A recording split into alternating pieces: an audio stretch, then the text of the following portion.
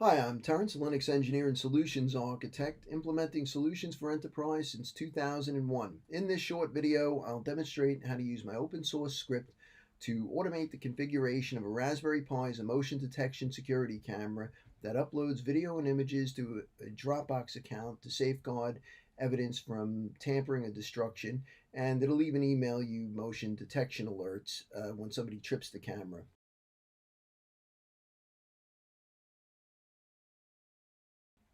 No Linux knowledge is required. If you can follow a few simple instructions shown here, you can have a motion detection camera more fully featured than expensive commercial alternatives. However, if you are interested in learning Linux or transitioning your Linux skills to System D, this script can be used as a boot camp. Don't worry about screwing up. You can keep rerunning the script, changing variables, and just rerunning it until you get a happy solution.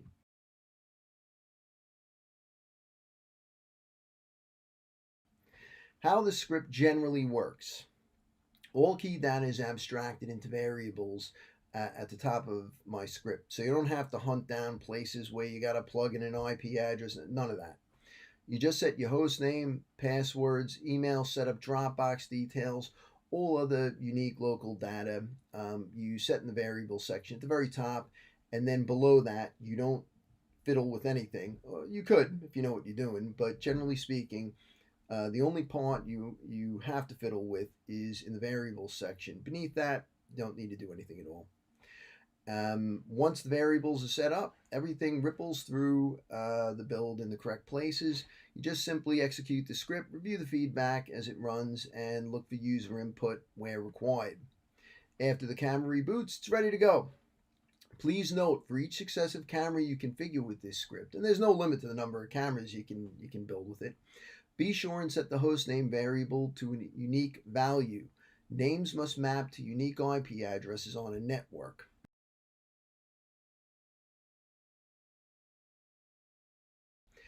You also require a Raspberry Pi. I've tested the build with the 3B Plus and a 0W.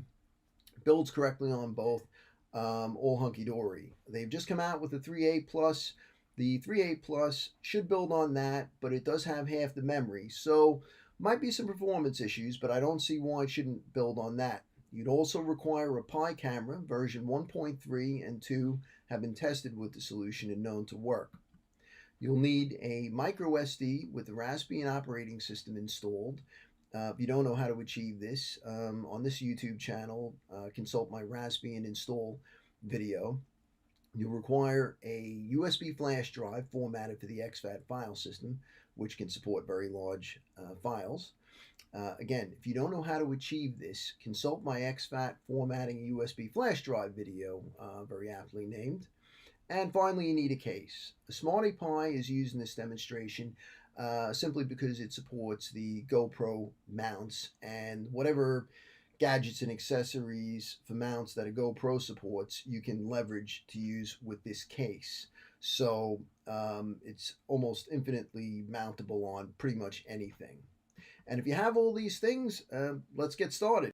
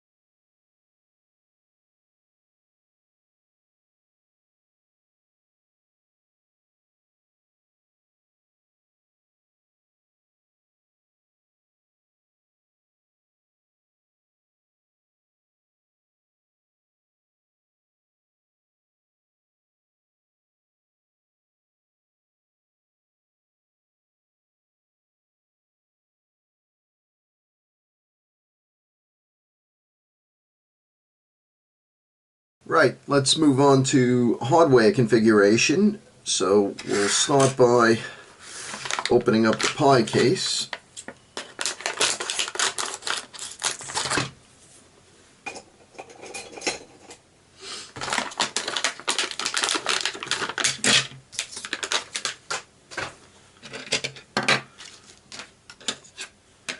The thing we have to do here is, before we go any further, we have to set up the camera. For this demonstration, I'll just use a straight Raspberry Pi camera. Again, can use the Pi Noir, but we're just going to use this. So let me open the box. You get this little disc thing. You can set that aside. You don't need it for anything. So shove that in the box. Put that aside. Now, this is what our camera looks like. Okay. And then we got a metal end on that ribbon. That has to be positioned in a certain way. But first, we have to fix this in the Pi case, the Pi mount. So we have to position the metal strip to face the back end of the Pi away from the USB ports. So we have to feed that into the case a certain way. So we'll do that. Oh no, that's not the right way. Okay. So there we go. Let's put that in there. Okay, now you can see there's little prongs in there. We want to seat the Pi thing there. Let's take, there's a little protective cover. We're going to remove that little filament. Get rid of that. So now it's kind of seated on there. And we've got the little cover here. Now we got to be careful when we're setting this up that the camera doesn't move the way it's seated. So let's see if we can do this very gently. Okay, let's make sure it's like that. Okay, that's still not seated correctly. Let's try fixing this.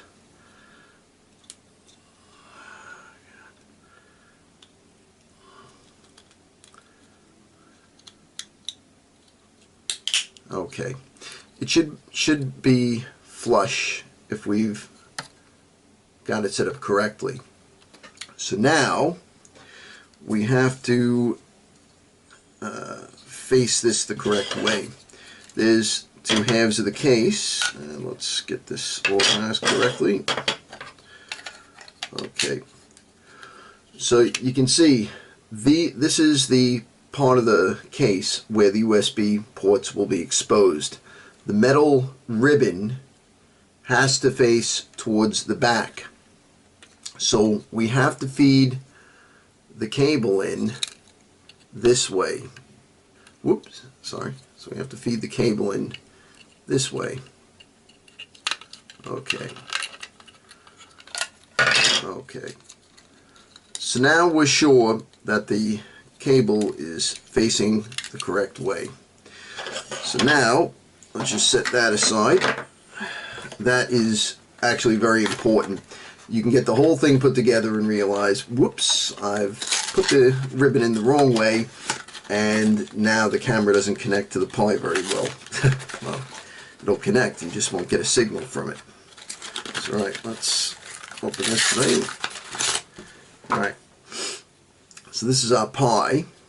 Now, we have to be very ginger in putting the cable in. These little prong things, let me show you real quick. They lift up on the side here. Let's see. So you can hopefully you can see that. So but you can snap that, and I have actually broken it once in the past. So now our goal is going to be so you've got the metal end of the ribbon, and that needs to go in here like that. Well, let's see if you can see that a little better. Trying to do this the best I can. And then you lock down the ends here. So in the final configuration, it's seated with the metal strip facing the back of the Pi away from the USB ports in the front. So now we've gotten that far. We'll seat it in the case like so, and then we'll bring this end around. Okay, and we'll see our ports all line up correctly. And once we get done, we'll put that on, and then that can go like that. Right. So they've given us a bag of screws. So I'll just screw that all together. Okay. Oop.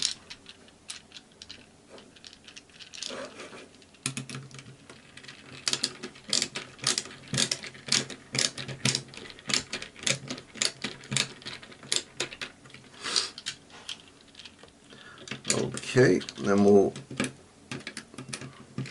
do this side next.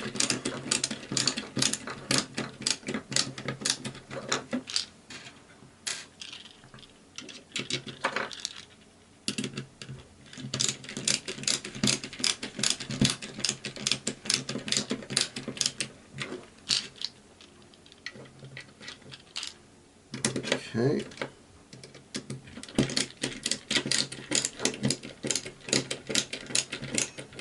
And almost done here. Now we have a leftover screw. This is for attaching a mount, but we won't worry about this right now. So then we'll just put this little lid on like that, and then attach that like that. Then we need to take our micro SD card, and we need to put the color side or the metal prongs facing down in there like that. Okay, and for the USB storage, it can go on any of the ports. The script will find the storage and mount it correctly, whatever USB port you put it in. So that's how it will ultimately look when you get done with it. And then we'll apply the power to it. And if you're going to use a local connection via our K400 Logitech wireless keyboard, you can take the adapter and shove that in any free port. And that is how it'll look when we put all the hardware together.